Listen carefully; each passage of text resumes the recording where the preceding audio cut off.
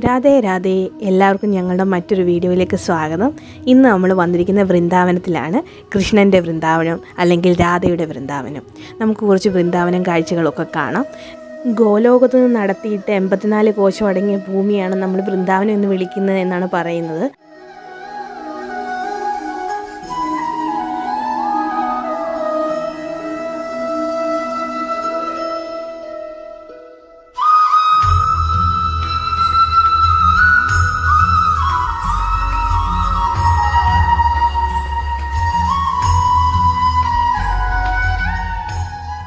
ഇതാണ് ബാങ്കെ ബിഹാരി ടെമ്പിൾ. ഇവിടുത്തെ ഒരു വളരെ ഫേമസ് ആയ അമ്പലങ്ങളിലൊന്നാണിത് ബാങ്കെ ബിഹാരി ടെമ്പിൾ. ഇവിടുത്തെ മൂർത്തിക്ക് 3 ഭാഗങ്ങളിൽ നിന്ന് ഇങ്ങനെ ചരിവായിട്ടുണ്ട്. അതുകൊണ്ടാണ് ഇതിനെ ബാങ്കെ ബിഹാരി എന്ന് പറയുന്നത്. അതുപോലെ തന്നെ ഇതിനെ കുഞ്ചു ബിഹാരി എന്ന് വിളിക്കാറുണ്ട്. കുഞ്ചങ്ങളിൽ വസിക്കുന്നവൻ എന്നുള്ള അർത്ഥം വെച്ചിട്ട് കുഞ്ചു ബിഹാരി എന്ന് വിളിക്കുന്നത്. വളരെ പുരാതനമായ ഒരു അമ്പലമാണ്. ഇവിടുത്തെ ഈ മൂർത്തി നിധിവനം എന്ന് പറഞ്ഞ അവിടെ നിന്ന് തന്നെത്താൻ പ്രകടമായ ഒരു മൂർത്തിയാണ്. ഇവിടുത്തെ ഈ മൂർത്തി സ്വാമി ഹരിദാസ്ജിയുടെ മുമ്പിൽ പ്രകടമായ മൂർത്തിയാണ്. പ്രകടമായ സമയത്ത് ഇത് 2 മൂർത്തിയായിരുന്നു. ഒന്ന് കൃഷ്ണ ഭഗവാന്റെയും ഒന്ന് രാധാറാണിയുടെയും.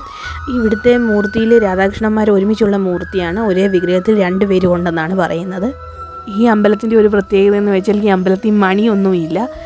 അതായത് നമ്മൾ സാധാരണ അമ്പലങ്ങളിൽ കാണുന്ന പോലെ മണി അടിക്കുക അങ്ങനത്തെ ഒന്നും ഇവിടെ ഇല്ല. കാരണം ഭഗവാന്റെ ബാലരൂപത്തിലുള്ള പ്രതിഷ്ഠയാണ് ഇവിടെ ഉള്ളത്. അപ്പം ഭഗവാൻ അത് ഒരു കുട്ടിക്കൊരു ബെല്ലടിക്കുന്ന ശബ്ദം കേട്ട് പെട്ടെന്ന് ഞെട്ടരുത് അല്ലെങ്കിൽ പേടിയാവരുത് എന്നുള്ള രീതിയിൽ അത് കാരണം ഇവിടെ അമ്പലത്തിൽ മണികളൊന്നുമില്ല.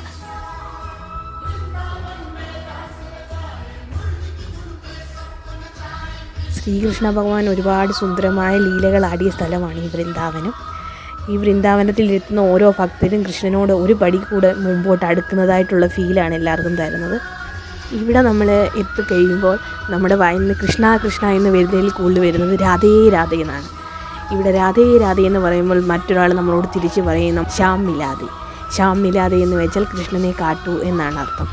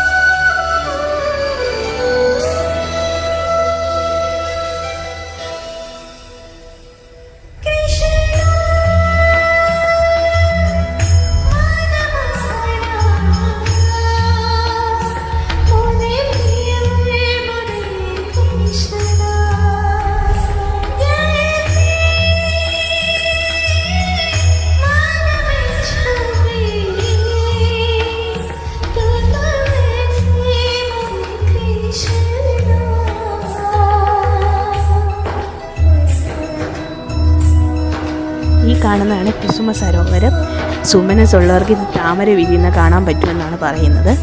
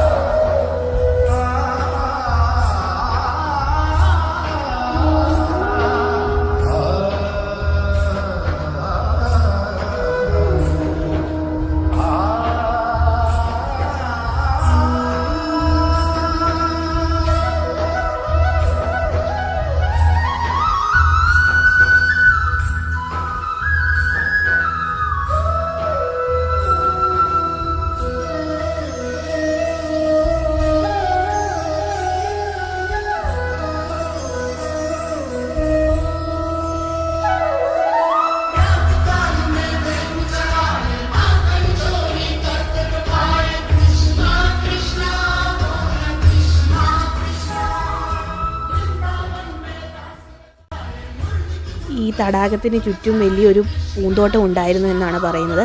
അവിടെ രാധാറാണി പൂ പറിക്കാൻ വരികയും ആ സമയത്ത് കൃഷ്ണ ഭഗവാൻ രാധാറാണിയെ ശല്യം ചെയ്യാൻ വരികയും ഇവിടെ ഒരുപാട് ലീലകളൊക്കെ നടത്തിയ സ്ഥലമെന്നാണ് പറയുന്നത്. അതുപോലെ തന്നെ ഇവിടെ നമുക്ക് രാധാറാണിയുടെ പച്ചിന് കാണാൻ പറ്റും. അതായത് കാലിൻ്റെ അടയാളമാണ് ഇവിടെ കാണാൻ സാധിക്കുന്നത്. വളരെ സുന്ദരമായ ഒരു സ്ഥലമാണിത്.